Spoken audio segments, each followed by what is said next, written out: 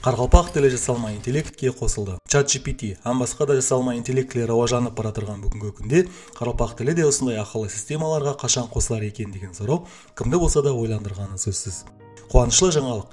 Жақында қарақалпақ тілі дүнияда бірінші рет Claude атлы жасалма интеллект моделіне қосылды. Ендігіден былай қарақалпақ тілінде сұраулар беріп, қарақалпақша жауаптар алуға болады. Әтте, қалеген тілдегі текстті қарақалпақ тіліне аудару имканияты қосылды. Мен бүгін сілерге Claude жасалма интеллектінен пайдалану имканиятларын көрсетіп беремін. Claude жасалма интеллектіне кіру үшін Claude AI сайтына кіру керек. Ямаса, мобиль телефон пайдаланушылары Claude AI қосымшасын жүктеп алуы керек. Тізімнен өтіп чатбот имканиятларынан пайдалануға болады. Мен қазір телефон номері арқылы тізімнен өттім, осы чатботтан пайдалану айнасы ашылды. Осы жерге қалеген сұрауды жазуға болады.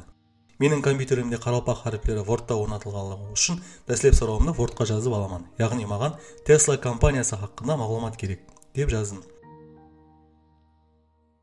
Енді оны нұсқалап Claudeқа қоямын. Соң жіберу түймесін басамын.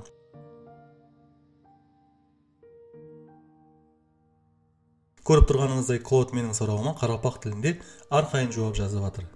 Демек қарақалпақ тілінде жауап берді.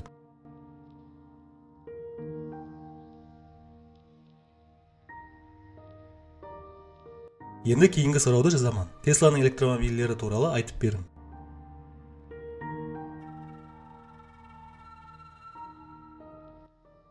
Көріп тұрғаныңыздай, Tesla модельдері хақында толық мағлұмат берді.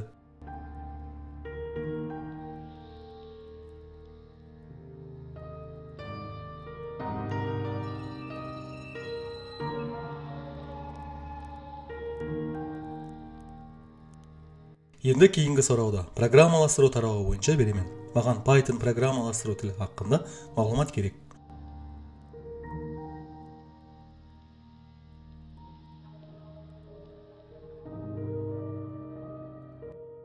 Көріп куәсі болғаныңыздай, Claude біздің сұрауымызға қарақалпақ тілінде Python хақында мағлұмат берді.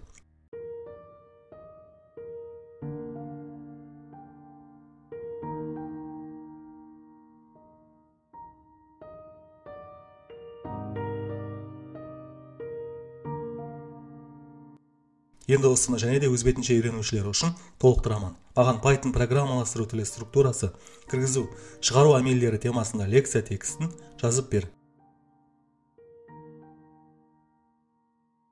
Claude бірнеше секундтың ішінде қарақалпақ тілінде маған аталған тема бойынша лекция текстін түзіп берді. Әтте амели мысаллар, тапсырмаларды да жазып берді.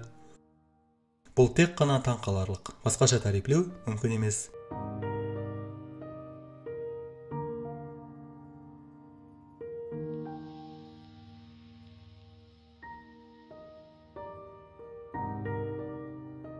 Кейінгі сұрауды жазамын. Енді осы лекцияға 10 бақылау сұрауын түзіп бер, деп Claudeқа жаздым.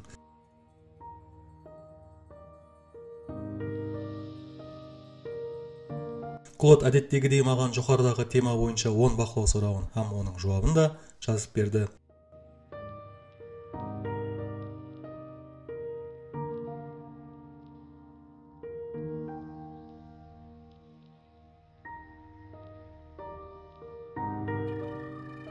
Тағы да кейінгі сұрауды жазамын. Енді осы лекцияға 10 тест істеп бер.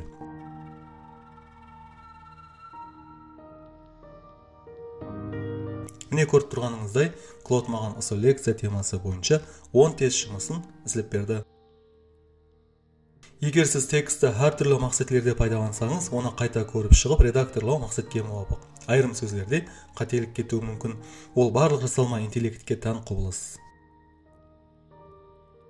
Есілетіп өтейін, Claudeқа сұрау жазғанда қате жазсаңыз, қарақалпақ харіплерін қате қолдансаңыз, мысалы А харпінің орнына деп жазсаңыз, ямаса шала сұрау берсеңіз, Claude сізге шала жауап жазады. Яғни текстілерді қазақша сөздерменен араластыруы мүмкін. Себебі қарақалпақ тілі сөздері қазақ тіліне жүда жақын болғандықтан араластырып жібереді. Сондықтан компьютеріңізден немесе телефоныңыздан жазғанда, әлбетте қарақалпақ харіплерінде жазып, сұрау берсеңіз, сізге қарақалпақша жауап жазады. Соны да есапқа алу керек, сіздің компьютеріңізде қарақалпақ харіплері жоқ болса, оларды орнатып алу мақсатке муафиқ. Ал телефоныңызға Google Play'ден немесе App Store'дан түрлі қарақалпақша клавиатураларды орнатып алсаңыз болады.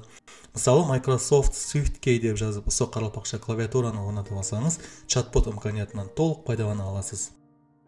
Мен сілерге бүгінгі видеомыз арқылы қаралпақ тіліне жауап бере тұрған дүниядағы бірінші салма интеллект Клод хақында мағлұмат бердім. Бұл еле хамесі емес.